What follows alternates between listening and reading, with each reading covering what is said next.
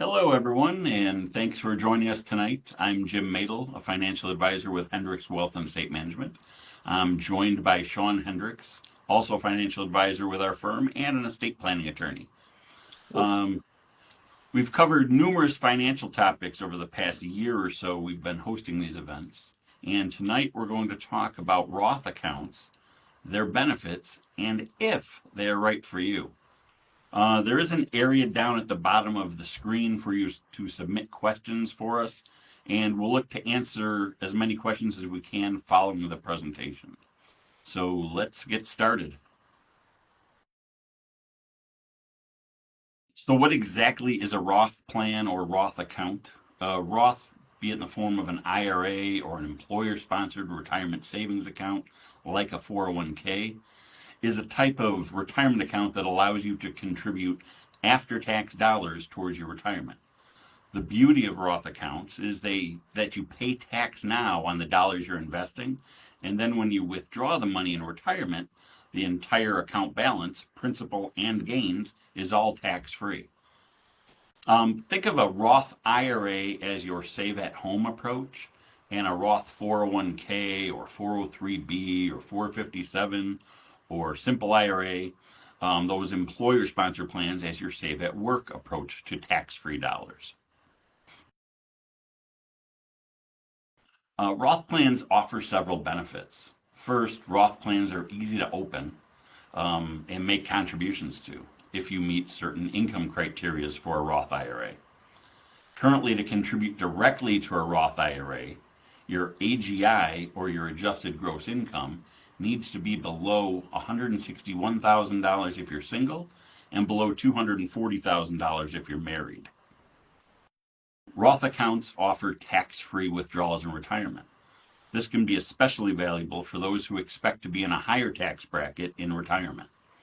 When you contribute to a Roth, you have voluntarily paid the tax at your current tax rate to let the investment grow tax-free until you take distributions later on.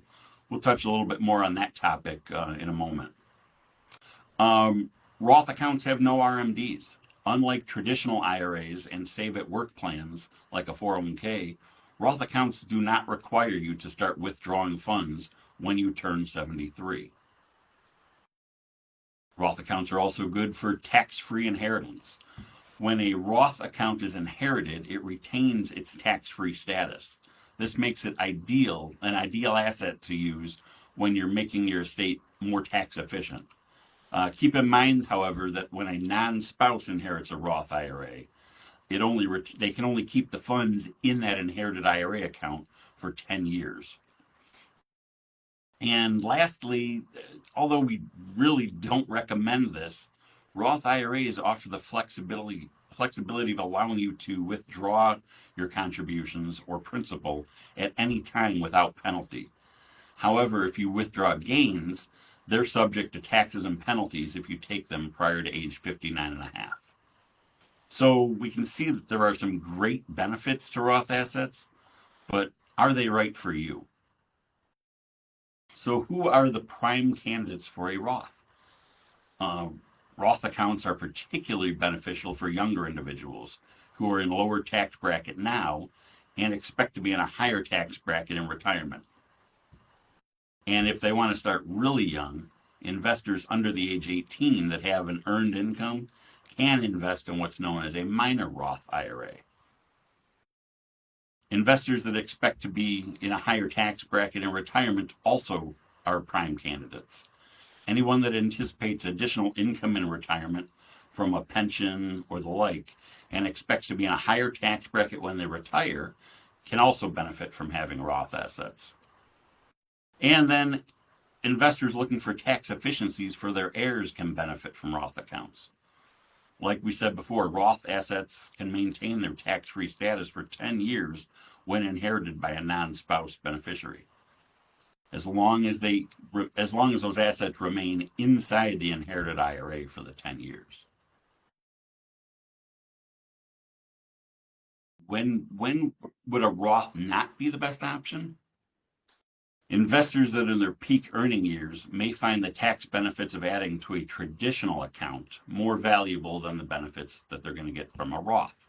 Again, think of your tax bracket now versus your tax bracket in retirement. In that same vein, someone with a tight cash flow might want to consider contributing to their employer sponsored retirement plan to at least get any company match before contributing to a Roth IRA. However, they should check with their employer to see if a Roth option is available in their retirement plan. Next, those whose earnings exceed the income limits for a Roth IRA can't contribute directly into a Roth IRA. Again, for 2024, if you earned more than $161,000 as a single tax filer or $240,000 as a married couple filing jointly, this would apply to you. However, we will look at some possible options to get some Roth assets in a moment. And lastly, if you have no income, you can't contribute to a Roth IRA.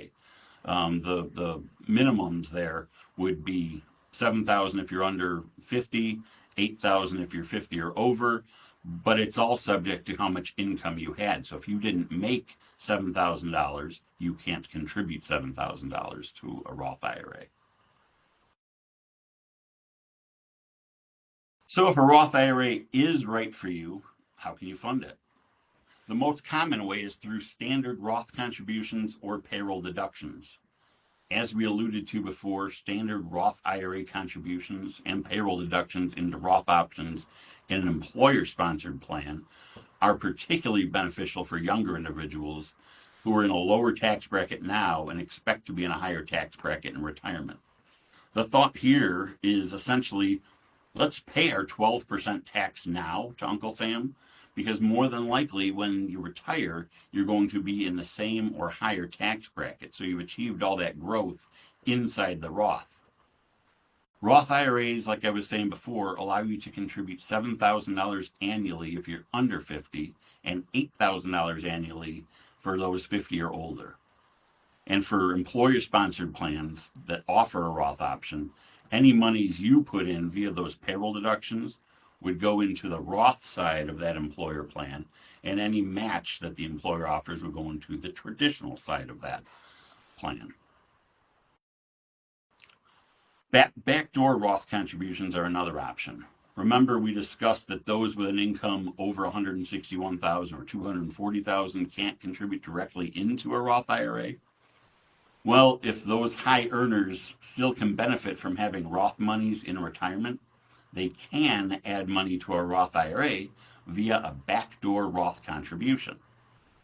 This is accomplished by funding a non-deductible IRA, or otherwise stated, funding a traditional IRA and not taking a deduction for that contribution.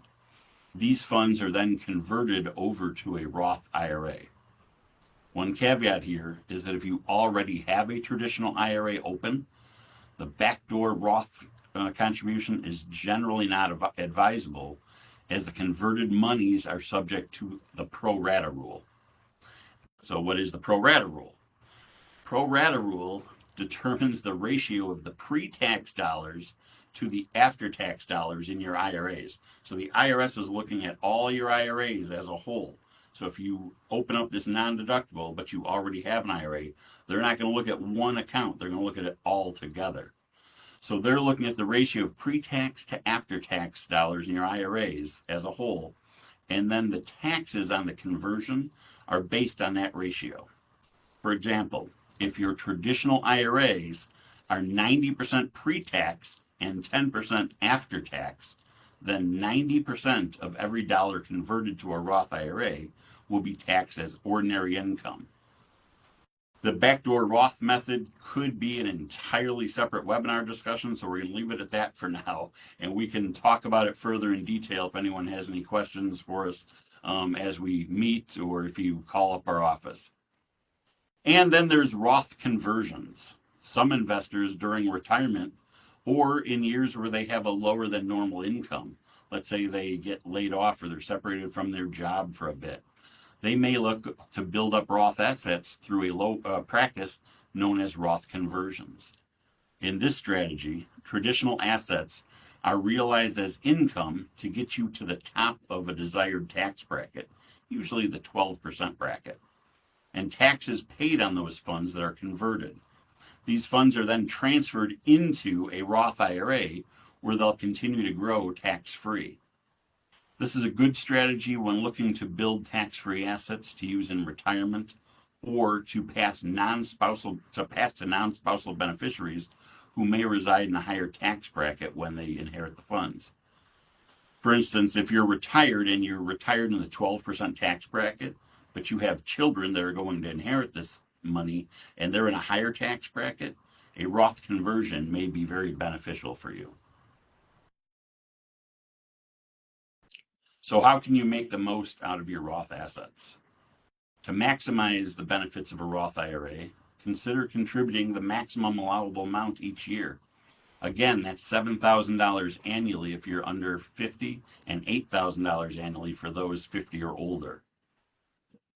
Remember that earlier you start contributing, the more time your money has to grow. And when it grows and compounds tax-free, that's the real magic of the Roth assets. If your employer offers a Roth option in their retirement plan, 401k, 403b, 457, etc., take full advantage of it to build Roth assets that will benefit you later in life. And remember, as great as the Roth assets can be, adding to a Roth account may not always be in your best financial, it might not always be your best financial option. Speaking with a financial advisor can help you determine if and when you should stop doing Roth contributions in exchange for the tax benefits of a traditional account. We can help you decide if Roth is the right choice for you and work with you to develop a personalized retirement plan that includes both traditional and Roth assets for maximum tax efficiency in retirement. So, as a recap, Roth accounts can be a valuable asset to a portfolio. You're basically telling the IRS, I'm going to pay you taxes now, and in return, I'm not going to pay any taxes on distributions from my Roth account when I start taking distributions in retirement. Who can benefit? Well, like we talked, young investors, generally in their 30s or early 40s, or younger than that, will have the greatest benefit from Roth accounts, as they're usually in a lower tax bracket than they will be in retirement, and they have a long time horizon for their investments to grow. High income earners can build some tax-free assets in retirement via that backdoor Roth contribution that we talked about earlier. And then investors that are anticipating higher tax brackets in retirement can use Roth assets to temper their taxable distributions in retirement and keep them in a specific tax bracket. And then also investors seeking tax benefits for their estate. Roth accounts can be very beneficial for that in estate planning, as the Roth assets are passed to their heirs tax-free, and it remains tax-free as long as it's in that inherited Roth IRA. Sorry, I got a little bit of dry mouth there, folks. We discussed the various ways that you can contribute to a Roth account. Standard contributions are the most common. Just simply add funds to your Roth account, okay, or through payroll deductions into a Roth 401k or the like. Backdoor Roth contributions can be used by those whose income exceeds the limits for contributing directly into a Roth IRA. And then those Roth conversions are used to move monies out of a traditional IRA and into a Roth IRA, generally used to convert funds in a lower tax bracket than is anticipated in the future. Remember, that's the big thing we're talking about here is what is your tax bracket now versus what it's going to be in the future. If it's lower now, we want to pay those taxes because we don't want to pay a higher tax later. So what are we trading off? Remember, Roth IRA have those contribution limits of $7,000 for those under 50 and $8,000 for those over 50. However, you cannot contribute more than your stated income in a given year. And then, like we discussed earlier, there are also income limits for being able to contribute directly into a Roth IRA. So if you're still wondering if a Roth account is right for you, talk to us. We're going to assist you to determine what the best route is for your portfolio. So that concludes our discussion on Roth assets and whether it's the best option for you. If you have any questions regarding what we just talked about, please enter them in the question and answer area below, and we'll answer what we can. Let's see, are there any questions coming in yet, Sean? I don't see any questions yet. Okay. One thing I've encountered is that so Roth 401k options weren't like historically they weren't super common. Um, they become a lot more common and they're becoming even more common. So I've actually met with people who had Roth 401k options available to them that they never elected. So if you haven't looked into your employer plan recently, or if you haven't looked at that material that comes with the plan, usually in like the yearly meetings, it might be worth taking a look. Because I've had one or two people discover in a meeting with me that they actually have a Roth option in their 401k to begin with. Uh, and the other thing is that when employers offer Roth 401k options, a lot of times you'll have two types of money in your 401k then. You might have the the after-tax portion that has come in the form of a after-tax payroll deduction. That's your portion going into the account. But then the employer part will more often come pre-tax. So you might end up with a mixed bucket. So that's something worth talking about too, and that's something that we can talk about with folks who make appointments and do their financial plans with us. Exactly. Thanks, Sean. That's exactly what I said. Was going to say. We just had a question roll in here, and it's from a current client. And those are things that we do discuss in our meetings to determine if a Roth. If we haven't brought it up to you and you've been in our meetings, odds are it's not right for your situation at that moment. We revisit, we reevaluate, and we see, hey, does it make sense? And that's why we try to encourage our clients to have regular annual meetings, because we want to make sure that we're capturing any kind of life change events that may make this or one of these Roth options more valuable for you at the time. Yeah. Um, We just had another good question come in, and it's asking about when making withdrawals from either a Roth or a traditional, I if whether it's taken from both accounts or how that would work. And usually, this is a broad strokes answer. Okay, the individual results can vary, but usually when someone has both types of money in retirement, we try to leave the Roth money alone if we can, because again, that's tax-free growth, right? So we want that money to grow and grow as much as possible. But if there are events during retirement that would cause a person to get up into the higher tax brackets, that might be something where we would say, hey, maybe we need to switch levers here. Maybe we need to stop pulling from the traditional taxable sources, and maybe we need to consider using Roth money because that Roth money is really our best hedge against higher taxes, right? So the best hedge that we can have against higher taxes, both now and in the future, is to have some Roth money available. Uh, so there's no any individual can have a different circumstance, but to answer that in as broad of strokes as I can, I do think that if you have Roth money, we generally want to try to grow that as much as possible for you so that we can spread that out over time during retirement.